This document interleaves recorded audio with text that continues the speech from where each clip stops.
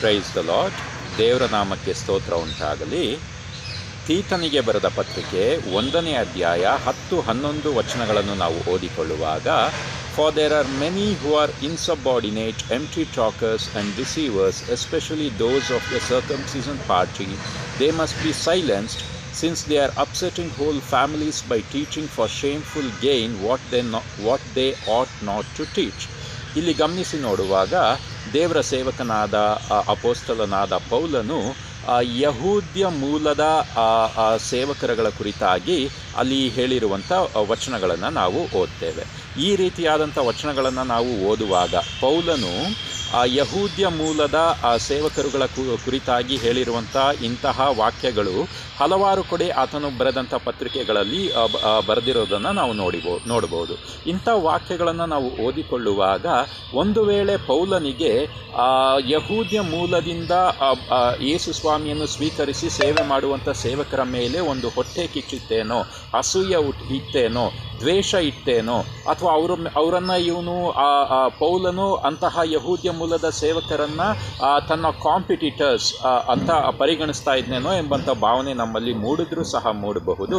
ಆದರೆ ಇದು ಸತ್ಯವಲ್ಲ. ಯಾಕೆ ಅಂದರೆ ಅದೇ ತೀತನಿಗೆ ಬರೆದ ಪತ್ರಿಕೆಯಲ್ಲಿ 3ನೇ ಅಧ್ಯಾಯ 13ನೇ ವಚನ ಓದಿಕೊಳ್ಳುವಾಗ, Do your best to speak Zenas the lawyer and Apollos on their way, see that they lack nothing. ಇಲ್ಲಿ ಝೇನಸ್ ಅಂತ ಮತ್ತೆ ಅಪೋಲೋಸ್, ಈ ಇಬ್ಬರು ಸೇವಕರುಗಳ ಕುರಿತಾಗಿ ಪೌಲ ಏನು ಹೇಳ್ತಾ ಇದ್ದಾನೆ? ಇವರಿಬ್ಬರು ಸಹ ಯಹೂದ್ಯ ಮೂಲದ ಸೇವಕರುಗಳೇ, ಯಹೂದ್ಯ ಮೂಲದ ಕ್ರೈಸ್ತ ಸೇವಕರುಗಳೇ. ಇವರಿಬ್ಬರನ್ನ ಕುರಿತಾಗಿ ಆತ ಹೇಳುವಾಗ, ಅವರ ಸೇವೆಗೆ ಮತ್ತು ಪ್ರಯಾಣಕ್ಕೆ ಯಾವುದೇ ತೊಂದರೆಯಾಗದಂತೆ ಅವರಿಗೆ ಏನೆಲ್ಲ ಅಗತ್ಯತೆಗಳಿದೆಯೋ ಅದನ್ನೆಲ್ಲ ಒದಗಿಸಿಕೊಟ್ಟು ಮತ್ತು ಅವರ ಪ್ರಯಾಣದಲ್ಲಿ ಅವರನ್ನು ಗೌರವಪೂರ್ವಕವಾಗಿ ಕಳಿಸಿಕೊಡಿ ಅಂತ ಹೇಳ್ತಾ ಇದ್ದಾನೆ ಪೌಲನು. ಆ ಪೌಲನು ಸಭೆಗೆ ಏನು ಹೇಳ್ತಾ ಇದ್ದಾನೆ? ತೀತನಿಗೆ ಮತ್ತು ಕ್ರೀಟ್ ಪಟ್ಟಣದಲ್ಲಿದ್ದಂಥ ಸಭೆಗೆ ಆತ ಹೇಳ್ತಾ ಇದ್ದಾನೆ, ಈ ಇಬ್ಬರು ಝೀನಸ್ ಮತ್ತು ಅಪೋಲೋಸ್ ಎಂಬಂಥ ಯಹೂದ್ಯ ಮೂಲದ ಸೇವಕರನ್ನು ಗೌರವಪೂರ್ವಕವಾಗಿ ನಡೆಸಿಕೊಳ್ಳಿ, ಮತ್ತು ಅವರ ಪ್ರಯಾಣಕ್ಕೆ ಏನೆಲ್ಲ ಬೇಕೋ, ನಿಮ್ಮಲ್ಲಿ ಸೇವೆ ಮುಗಿಸಿ ಮುಂದಿನ ಸೇವೆಗೆ ಅವರು ಪ್ರಯಾಣ ಮಾಡುವಾಗ ಅವರ ಅಗತ್ಯತೆಗಳನ್ನೆಲ್ಲ ಸಂಧಿಸಿ ಅವರನ್ನು ಪ್ರೀತಿಯಿಂದ ಗೌರವದಿಂದ ಕಳಿಸಿಕೊಡಿ ಅಂತ ಹೇಳ್ತಾ ಇದ್ದಾನೆ. ಇದರಿಂದ ನಾವು ಅರ್ಥ ಮಾಡ್ಕೊಳ್ಬಹುದು, ಪೌಲನಿಗೆ ಎಲ್ಲ ಯಹೂದ್ಯ ಮೂಲದ ಸೇವಕರುಗಳ ಮೇಲೆ ಆತನಿಗೆ ದ್ವೇಷ, ಅಸೂಯೆ ಅಂತ ಯಾವುದು ಇರಲಿಲ್ಲ.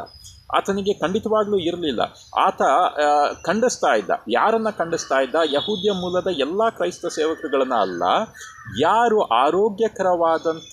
ಆರೋಗ್ಯಪೂರ್ವಕವಾದಂಥ ಉಪದೇಶವನ್ನು ಕೈಗೊಳ್ಳದೆ, ಅದನ್ನು ಬೋಧಿಸದೆ, ಅದಕ್ಕೆ ವಿರುದ್ಧವಾಗಿ ಬೋಧನೆಯನ್ನು ಮಾಡ್ತಾ ಇದ್ರು ಅಂಥ ಯಹೂದ್ಯ ಮೂಲದ ಸೇವಕರುಗಳನ್ನು ಮಾತ್ರ ಆತ ಖಂಡಿಸ್ತಾ ಇದ್ದ. ಅದನ್ನು ನಾವು ನೋಡಿಕೊಳ್ಳಬಹುದು. ತೀತನಿಗೆ ಬರೆದ ಪತ್ರಿಕೆ 1ನೇ ಅಧ್ಯಾಯ 9ನೇ ವಚನ.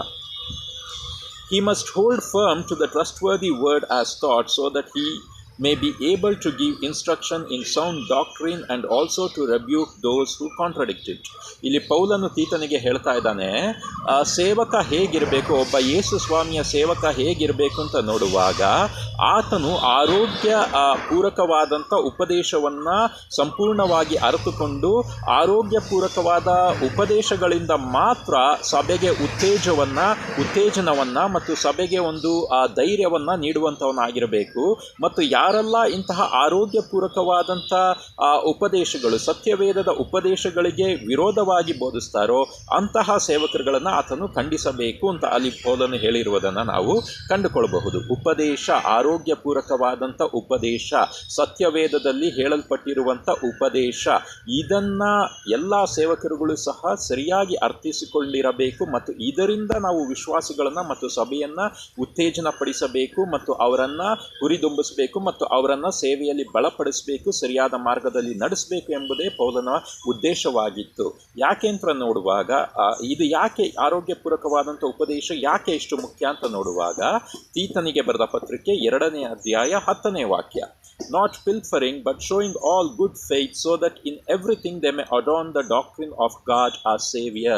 ನಾವು ವಿಶ್ವಾಸಿಗಳಾದಂಥ ಎಲ್ಲರೂ ಸಹ ನಾವು ಆರೋಗ್ಯಪೂರ್ವಕವಾದಂಥ ಸತ್ಯವೇದದ ಉಪದೇಶಗಳನ್ನು ನಾವು ಆಭರಣಗಳಂತೆ ಸದಾಕಾಲಕ್ಕೂ ಯಾವಾಗಲೂ ನಾವು ಧರಿಸಿಕೊಂಡಿರುವವರಾಗಿರಬೇಕು. ಅಂದರೆ ಆರೋಗ್ಯಪೂರ್ವಕವಾದಂಥ ಉಪದೇಶವನ್ನು ನಾವು ಯಾವತ್ತೂ ಮರೆತು ಬಿಡಬಾರದು. ಅದರಲ್ಲಿ ನಮಗೆ ಯಾವುದೇ ರೀತಿಯಾದಂಥ ಆರೋಗ್ಯಪೂರ್ವಕವಾದಂಥ ಉಪದೇಶದಲ್ಲಿ ಯಾವುದೇ ರೀತಿಯಾದಂಥ ಎಂಬಂಥ ಸಂದೇಹ ನಮ್ಮಲ್ಲಿ ಇರಬಾರದು. ನಾವು ಸಂದೇಹವೆಲ್ಲವನ್ನೂ ಸಹ ಮೀರಿ ಅದನ್ನು ಸರಿಯಾಗಿ ಗ್ರಹಿಸಿಕೊಂಡು ಅರ್ಥ ಮಾಡಿಕೊಂಡು ಅಂತಹ ಉಪದೇಶಗಳನ್ನು, ಸತ್ಯವೇದದ ಉಪದೇಶಗಳನ್ನು ಯಾವಾಗಲೂ ನಾವು ಆಭರಣಗಳಂತೆ ಧರಿಸಿಕೊಂಡಿರುವಂಥ ವಿಶ್ವಾಸಿಗಳಾಗಿರಬೇಕು ಎಂಬುದನ್ನೇ ಪೌಲನು ಮತ್ತು ಪವಿತ್ರಾತ್ಮನು ಇಲ್ಲಿ ಹೇಳುತ್ತಿರುವುದನ್ನು ನಾವು ಕಂಡುಕೊಳ್ಳಬಹುದು. ಪೌಲನಿಗೆ ಎಲ್ಲ ಯಹೂದ್ಯ ಮೂಲದ ಸೇವಕರುಗಳ ಮೇಲೆ ದ್ವೇಷ, ಅಸೂಯೆ ಏನು ಇರಲಿಲ್ಲ.